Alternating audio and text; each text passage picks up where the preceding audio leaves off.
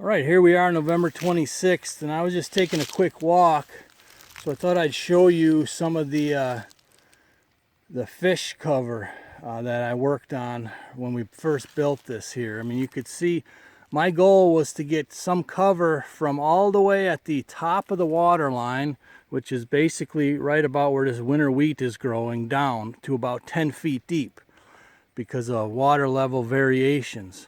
So like, you know, down there you could see those two pipes.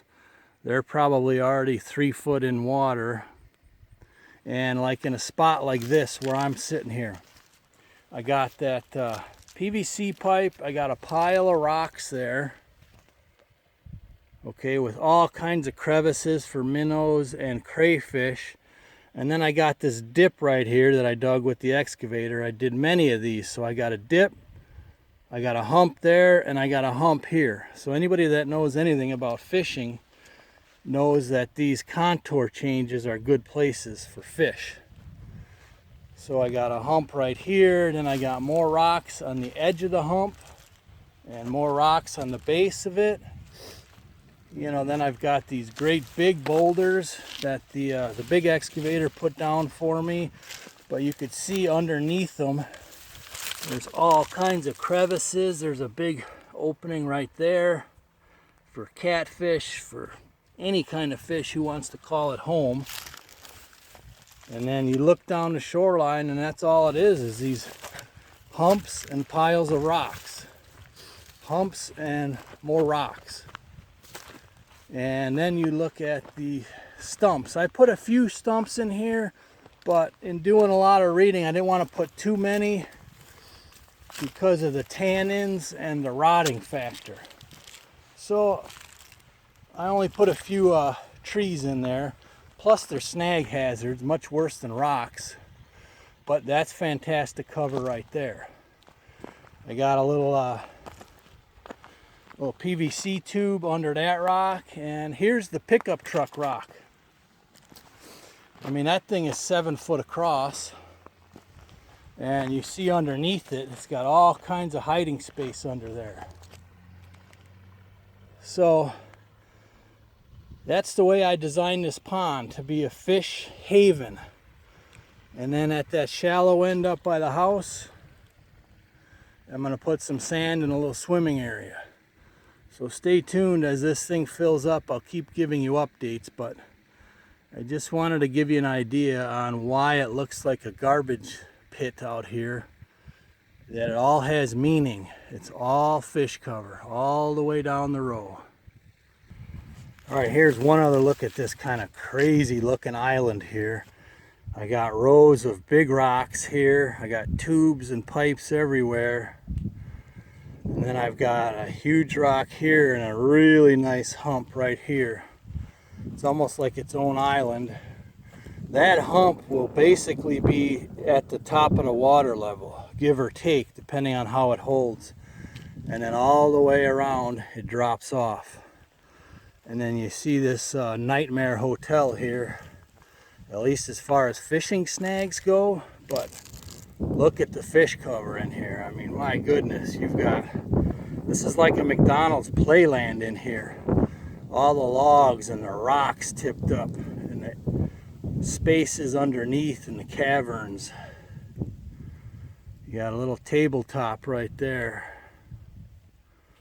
And then I left this shoreline fairly open, kind of as a backup area where I could make another swimming area if I want. And then down there is going to be the beach. Oh yeah, I remember what I was thinking here. I knew the pier was going to go here. So all I did was make contour changes here and just one little pile of rocks. So basically this whole area you can cast in right off of the pier and not have much for snag hazards, but yet you still have really steep terrain changes, which is what the fish want. That's a really steep little hump right here. So that's what I was thinking also, with not much cover down here. Less hazards for casting off of this pier. Okay, and here's an update on the pier. We finally got to this thing, finished it up nice. Now it's like a Sherman tank. You cannot wiggle it, wobble it, move it, or anything, even with all my weight up on the top. So what we did was we added 2 more posts right here, and those are down 2 feet into that hard pack. This thing ain't going nowhere. And then we put an X brace on it with all steel sheet metal screws.